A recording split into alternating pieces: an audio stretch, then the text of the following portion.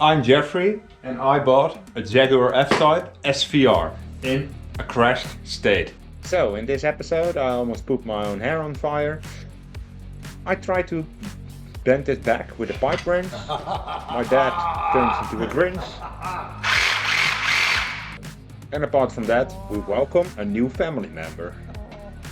Quick throwback to how the Jaguar X-Type looked like when I picked it up.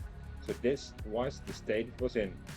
Front damage, side damage, missing a complete wheel and suspension. It did add a carbon pack, which is quite a bonus for a Jaguar F-Type SVR. But apart from that, a lot of work to do. Join me on this journey, subscribe, like the video. Big thanks for that. Won't cost you anything and it helps me a lot. This will be the third episode. On the previous one, we've done lots of work on the front, especially dismantling, getting part numbers, etc. Parts, well, are dripping in. We already have a front bumper and other stuff, so that's good. But for now, we're going to dismantle the rear. Why? I also need part numbers from that side. So let's go. So we're going to get the rear bumper off. See what's behind that. Damage, probably. Ik zit ertussen, wacht, laat me los.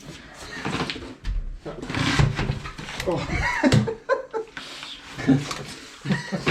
Well, what's the problem? It's only a small wheel. Thing's massive. Yeah, the rim is still good. I need at least 3 tires, so I'm probably going to scrap this one also, but yeah, it is what it is.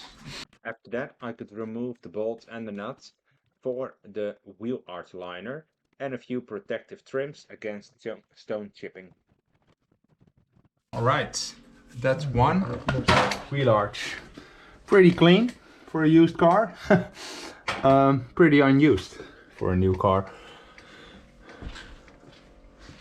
Yeah, so this is now the rear bumper we need to get off. Here we have some bolts we have to undo, and I think the whole bumper is off then, because we don't need to do the other side this time. No, that's gone.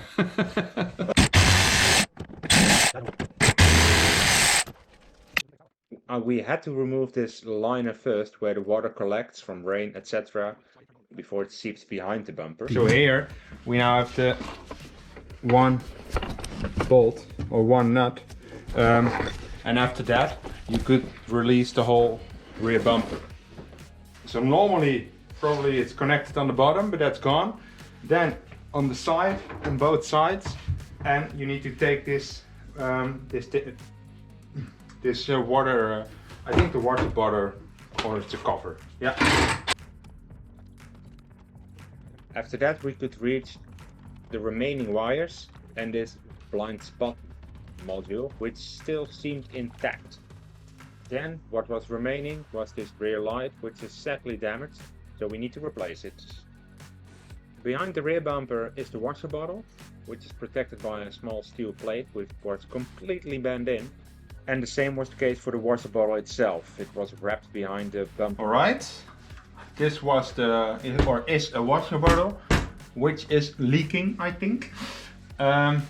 So yeah, we're going to take that off. This is the rear bumper beam. This is the rear bumper beam. We will remove that one also now. So we're clearing up quite nicely. So this is the backing plate that we need to replace. So we're actually going to try and search for a rear quarter where you can actually also get the backing plate and the tub. So, oh well, we'll see. Meanwhile, while searching for these parts, I was going to remove these wires from the trunk and see what was damaged and what was maybe still intact. It was still quite okay to access and to remove. It wasn't as bad as I personally expected, and I think we can reuse quite a lot of it actually, which is very good news in case of the wires. Now I want to remove the wire harness from the rear bumper, which you need to take off this fuse box and sort of wiggle it around and then pull it to the chassis. And also here you see the part number I need to search for this car, for this wire harness. Ta-da! Alright, so this is the wiring harness from everything on the rear, which I need to find new. This is beyond repairable. This is the blind spot monitor. These blind spot monitors are in your rear bumper and actually show the approaching vehicle within your mirror. From the left side, so I also need the other one, or a bumper complete, of course. But this one is still okay. For the rest, yeah, it's all nearly scrap. It's all nearly scrap. There's not even a parking sensor. Oh, one.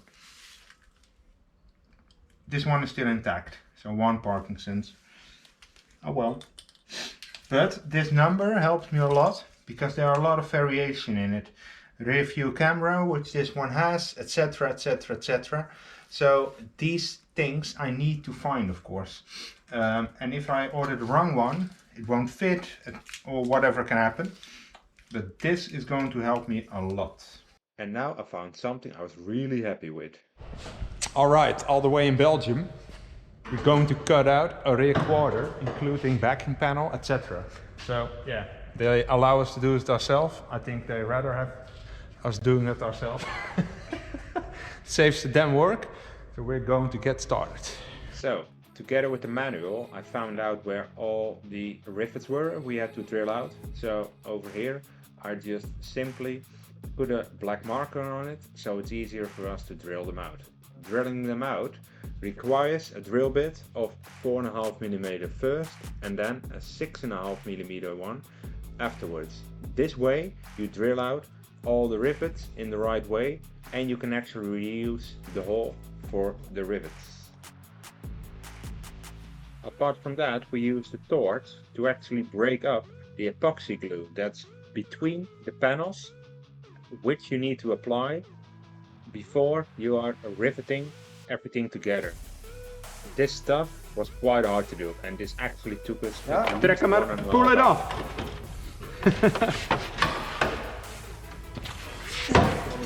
It's off. Oh shit. Dan moet je daar doorsnijden in de hoek. Met het scherpe mes daar, dan moet je het doen. Even je andere oor, het is gewoon scherp die troep. Het staat verkeerd voor.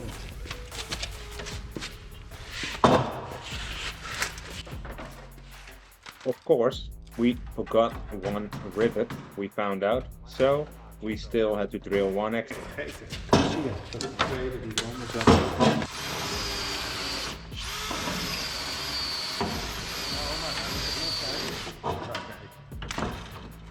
Alright, the back plate. Oh, what a work. Now we need to do this one, because that one has a hole here and it's a lot of work, a lot more than we expected. So, now, time for the end tray. Roughly 28 rivets to go, but also a lot of epoxy glue. So yeah, lots of drilling, and we again use some heat with a torch.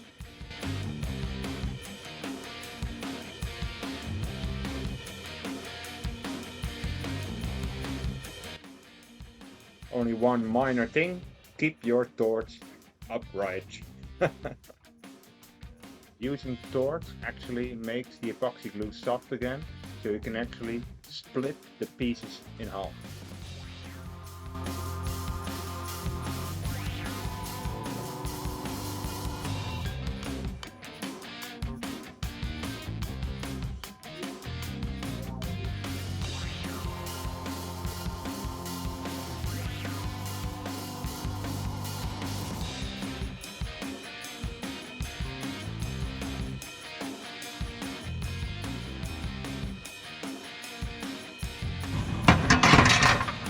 Ja? Hier is hij al los. Duw dan eens. Ja. Dat was hem. Hey! Dat is de camera. My god, that's difficult. Ik heb hem de camera.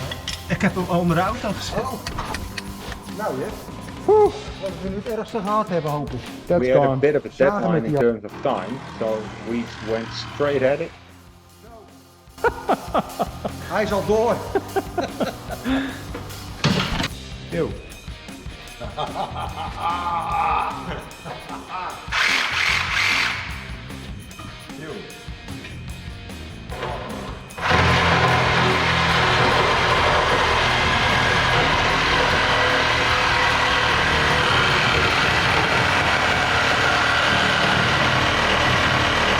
All right.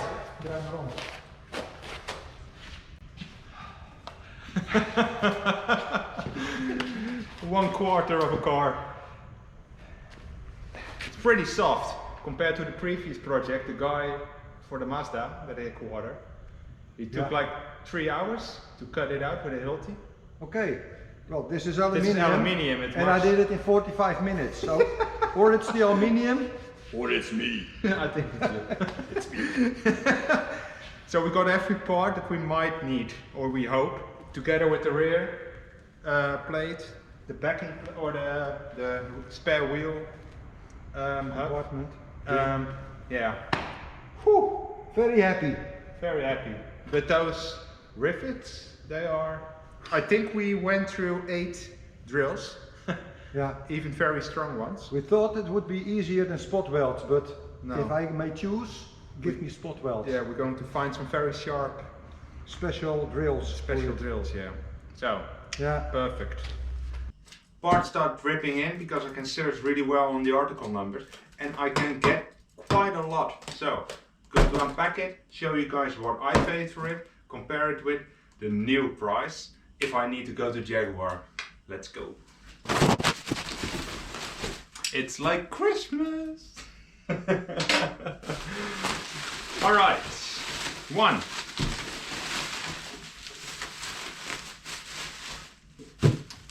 Inlet pipe on the front. This broke off. Got it new.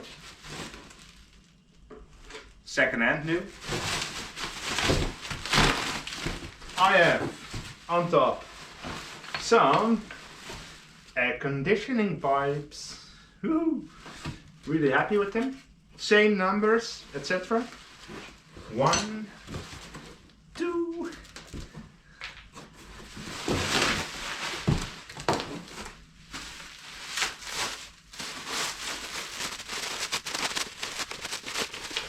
I have a complete. Yes, maybe I'm working a bit too hard on getting parts, but I ran across it. It's a tank cap with the whole stuff behind it, because that broke on mine, and even with the electrical motor. Really happy, and it's the same color. Then I hope this one is still in one piece, because shipping companies, you never know, of course. Oei.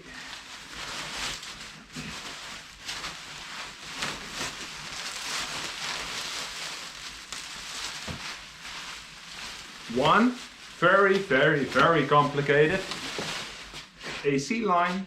So that's the 3rd AC line. Still in one piece. Yes. Good. Then I have one battery tray. This one is gone. Cheap. So.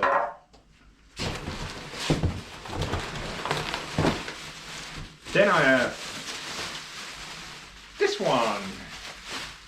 This is behind the radiator pack. Mine is bent, or not good at least. This one is, yeah, still okay. This should be pushed in or flattened.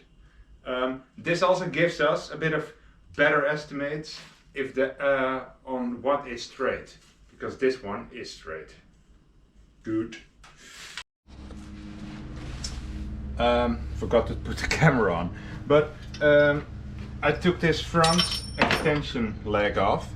So I took out the subframe bolt, which reaches all the way from here to here, so it's very long. After that I could unscrew 2 torque bolts. They are on this side, and now I got it completely out. These inserts are riveted. They was shot in with a rivet.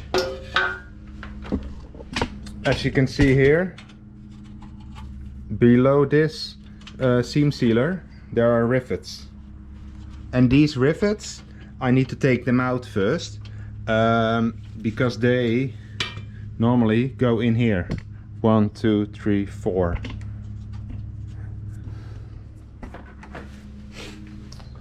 This one I need to take out also, but I don't want to take both bolts off. So I do one side, put the bolt back in, then I do the other side. Because the frame is of course resting, or the engine is of course resting on the subframe. So that is something I need to watch out for a little bit. I do have good news.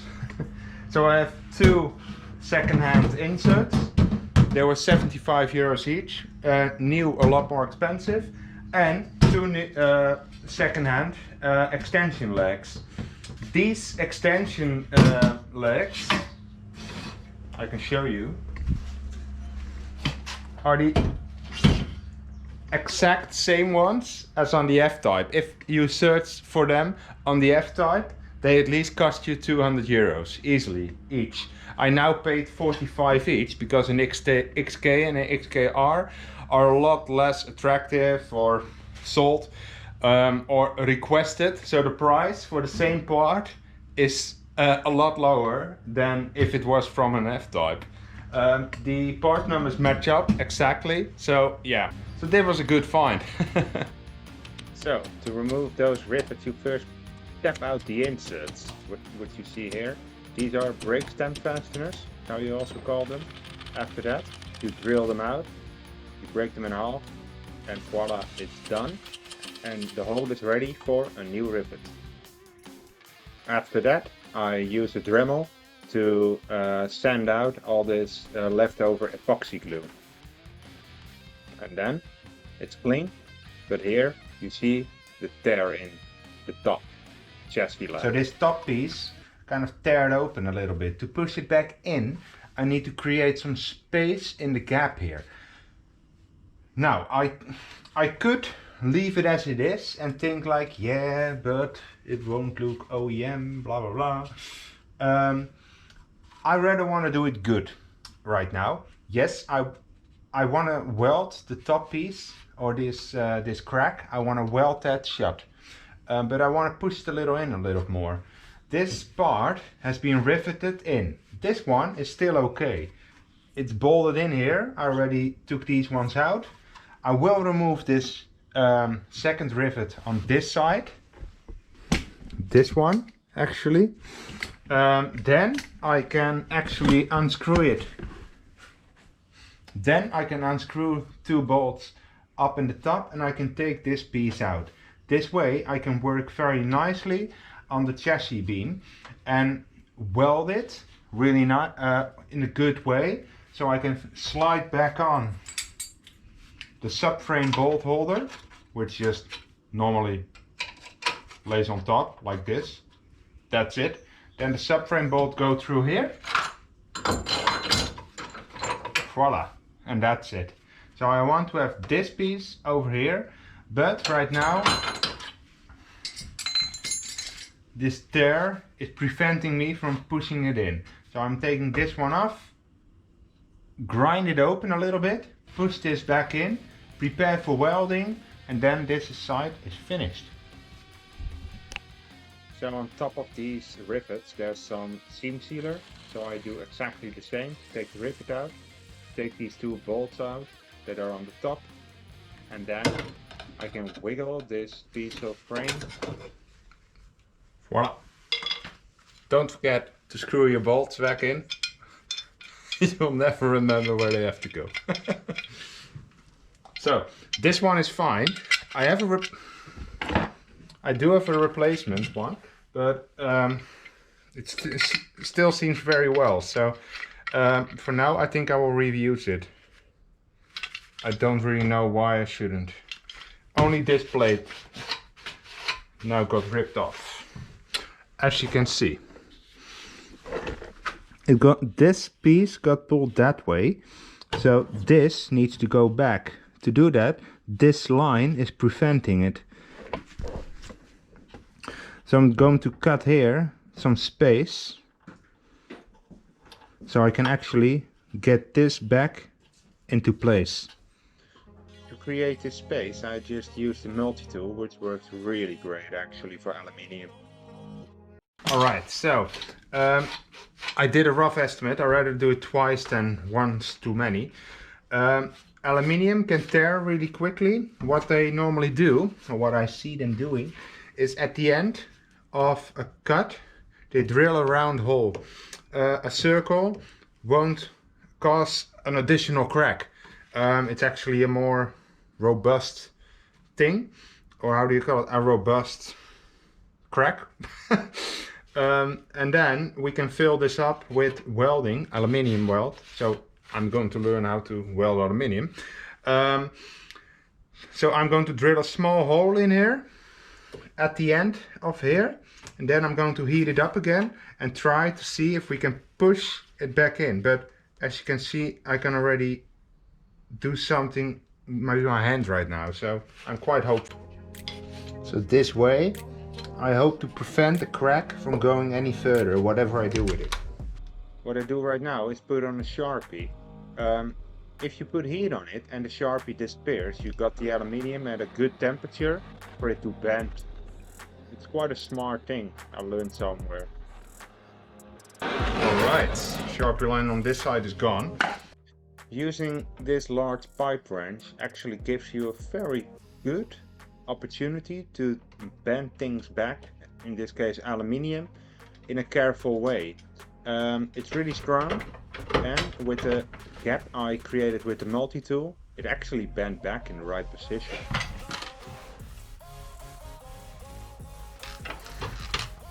Yeah, we're getting there.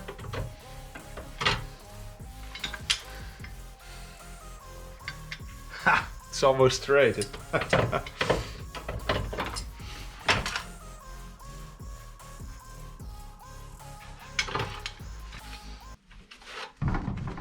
Alright, have a look. This is what I'm looking at right now. Get some more light. Look at that. That's not bad, right? Really not bad. And if I push the bolt through again, so you can see,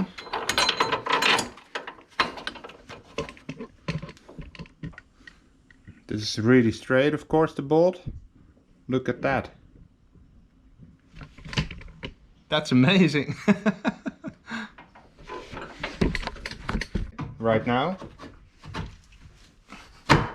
voila, it's in. That means it's a lot straighter now, or at least it's straight. I'm going to call it straight, I think. Then we have this one. Do I got the wrong one? I don't know. It doesn't matter too much. Voila. This is it. Or at least this is how it should look like. Pretty awesome. One frame extension leg. Now I just put some bolts in, not too firm, just to get them, well, in the right position, also for future measurements of the frame legs. So yeah, it's only a few bolts that hold up this bracket, and on this bracket you will have your front bumper bar, and the radiator pack hangs on it, of course. All right. One chassis leg done, sort of done. This one should go, of course, comes back in place. Oh.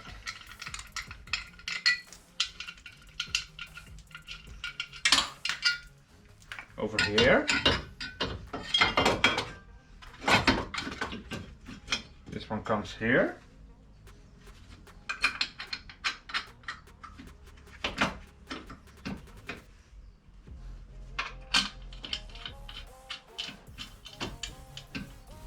everything needs to be riveted in again, of course. But this really gives a good fitment and alignment for me, to see if it goes in well, you know. And I'm really happy with it so far. Really happy with it. Just going to screw them in a little bit so they don't get lost. Oh, kijk nou. We have a new family member. Puppies always do well for videos. Oh, oh, schatje. How cute is this? Hey, hello. All right, I'm going to cut this. I have better things to do now. All right, so I did the exact same today on the left hand side chassis leg, and as you can see, that's back on right now. I need to take it back off again to, of course, give it the black spray. I also have this this bracket. The air filter box will hang on this side, so it has two air filters because it's a V8, so it takes it from both sides. Good thing is I did some measurements. I'll show you. So here we have the extension brackets, and if I look into the manual, you can actually measure from these brackets, from this hole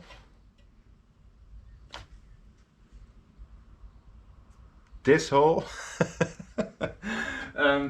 hole, and if I check the manual, that should be 71.5 centimeters.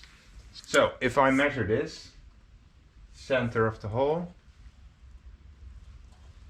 to this side, I'm at 71.5 and a little bit. It's actually 71.5.7. So let's keep it to 71.6. And if I do the one below, it might actually be this one, because this one is oval, this one is circular. This one is actually 71.5 and a bit. So that's really good news, because this means this is now straight. Because the subframe still goes on and all 4 holes are filled in with the bolt, it means the car is straight at this point actually, which is awesome.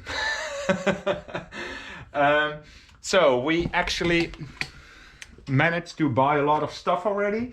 As you also seen in the video, I got the under tray, or the spare wheel well, or battery well, however you want to call it. We got the whole rear quarter. I have a steering rack. I got a lower suspension arm in, both. So there's a lot of things to replace, but I'm really happy with the front already. So yeah, this was it for this episode. I hope you really enjoyed it. Please subscribe and like. It doesn't cost you anything. It helps me out in the future perhaps. So yeah, I hope you enjoyed this episode, and we've already done quite a lot. I need to weld this up, the front chassis leg, the top plate. I'm actually thinking about putting a plate on top. So if I show you here, this was cracked, of course. I think of putting a plate up and then weld it in. It will give extra strength. And if you can see here, so here's where the crack normally is. It's below here. I got some space to put a plate of aluminium on it, so I can weld around it. It will give more strength, and it's only additional. But I need argon for it, argon gas. I only have CO2 right now. I have a Mic-Mac welder that can weld actually aluminium pretty well. So I'm just going to try that. The same for this side. This needs a bracket holder, like here. It's where this bracket for the upper frame goes on. It's just a plate of aluminium. So I'm thinking about cutting it off and try to weld it on there somehow. I think from the inside, because again I have quite some space in between these panels. So if I weld it on from the inside, and it's only a very marginal support bracket, so yeah, really happy. I also ordered a lot of coolant stuff to do the white pipe upgrade, because I can access everything. I will do that also, but these things take time apparently. So yeah, I hope you're enjoying it. A lot more episodes to come. Thank you. Big thanks. Goodbye. I have a dream, that's all I need. I'll make it happen with some work and belief. Know what I want, so I'll take it on. I've made mistakes, but mistakes make you strong.